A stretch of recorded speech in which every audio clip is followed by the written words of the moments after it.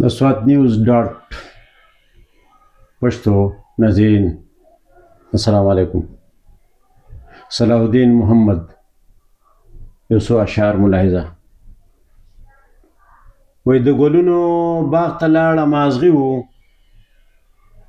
چې د ګلونو باغ ته لاړه مازغي وو، مالیاران هم په مثل د پردي وو.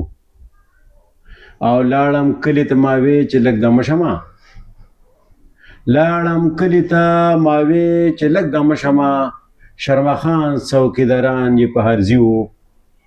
او چې د مینې په دفتر کې لټون وشو، چې د مینې په دفتر کې لټون وشو، نو د یار ټول کاغذونه مې جالي وو. او د حاتم څخه ته هغه زه حیران شوم، د حاتم څخه ته هغه زه حیران شوم. او ترې واپس شوم هغه هر څه یې سوالي وو.